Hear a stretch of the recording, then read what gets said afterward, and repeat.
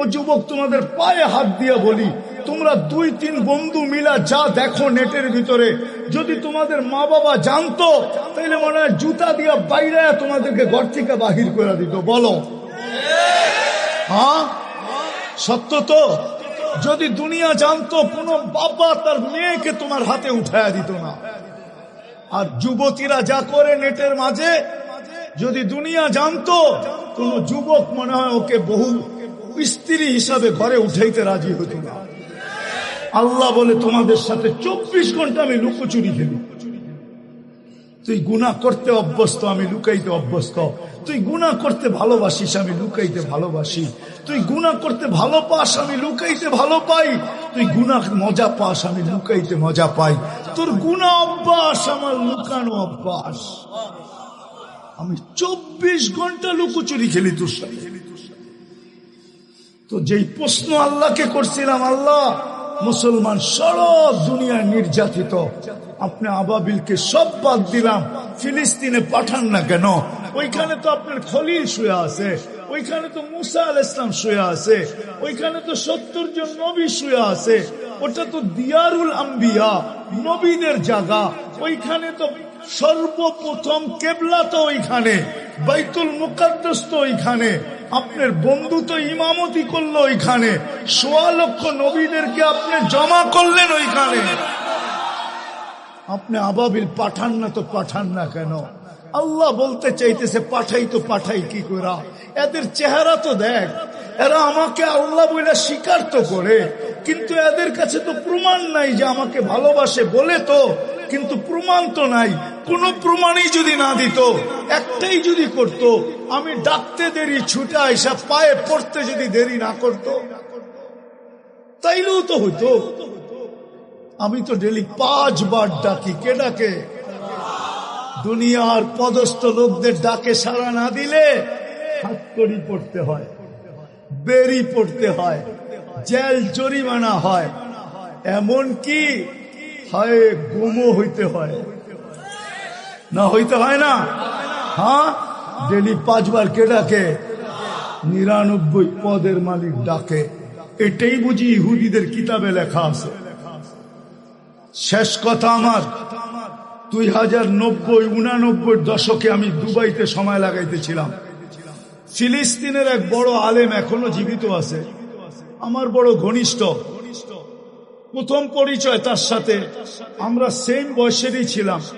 এখন তারও পাইকা গেছে, আমারও পাইকা গেছে। সে আমাকে বলতেছিল, শোনো তোমাকে একটা তথ্য দিব। আমি বললাম, বলো। সে বলতেছে, আমার বাড়ি হলো তেল আবিবের থেকে 17 কিলোমিটার দূর। যেখানে দাজ্জালকে কতল করা হবে, ওটাকে আমাদের কোরআনের ভাষায় বলে, হাদিসের ভাষায় বলে বাবে লুদ। ওইখানে জব করবে ঈসা আলাইহিস সালাম দাজ্জালকে, ওইখানে আর বাড়ি।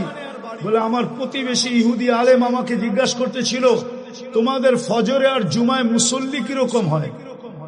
তা আমি বলতে জবাব বললাম ওকে যে, ফজর আর জুমার সাথে তোমার সম্পর্ক কি? তুমি তো ইহুদি।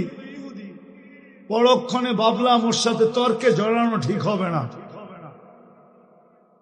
ও বলল যে, আমার একটা তথ্য জানার দরকার, এই জন্য তোমাকে প্রশ্ন করলাম। আলেম বলল যে, আমি ওকে জবাব দিলাম যে, শোনো, জুমার তুলনায় আমাদের ফজরে কোনো মুসল্লি হয় না। হয় নাকি? হয় মুসল্লি? হ্যাঁ, শিবপুরেও তো আছে, ফজরে শুধু ইমাম আর মুয়াজ্জিম হয়, আর কেউ হয় না। না হয় না? বর্ষার দিনে, শীতের দিনে, ঠিক না? কনকনে শীতের দিনে কোন মুসল্লি মসজিদে আসে না। আসে নাকি? হ্যাঁ। তো বলে, আমি বললাম জুমার তুলনায় আমাদের ফজরে কোনো মুসল্লি হয় না। তো ওই আলেম চিৎকার দিয়ে বসে, ইদান নাহনু ফিল আমান, তাইলে আমরা এখনো নিরাপদ। তোকে জিজ্ঞাসা করছি এটার অর্থ কি? বলে, আমাদের কিতাবে লেখা আছে, যেই দিন ফজরের জামাত আর তোমাদের জুমার জামাত সমান হবে, ওই দিন থেকে তোমাদের বিজয়ের পালা শুরু হবে। এর আগ পর্যন্ত তোমরা শুধু মায়ের খাইতে থাকবে। এই জন্যই আমি বলছিলাম যে, ভালো তো বাসি বলি, কোন প্রমাণ তো নাই। যদি একটা প্রমাণ দিতে পারতাম তাইলেই মনে হয় মুসলমানকে কোনোদিন পরাজয় বরণ করতে হতো না, কোনোদিন বিজাতিদের হাতে নির্যাতিত হইতে হতো না, কোনোদিন হতো না।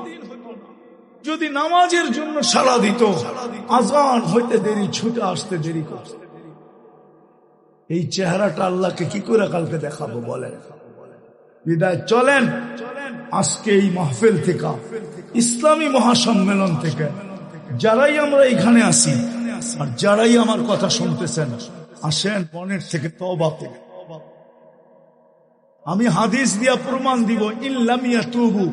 আমি হাদিস লম্বা, আমি শর্ট দিতেছি, শর্ট হাদিসের শব্দ দিতেছি, হাদিসে কুদসি, হাদিসের শব্দ দিতেছি।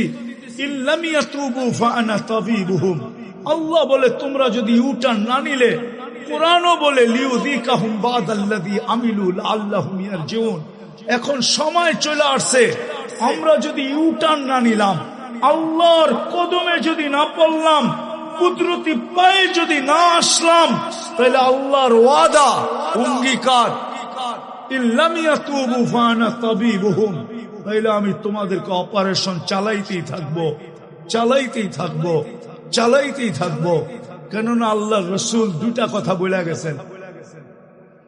রসুল সাল্লাল্লাহু আলাইহি ওয়াসাল্লাম দুটা কথা বলছেন যে আমার উম্মতকে আল্লাহ শাস্তি দুনিয়াতেই দিবে। কয় জায়গায় দিবে? কয় জায়গায়? দুই জায়গায় দিবে, দুই জায়গায়, একটা দুনিয়া আর একটা কবরে।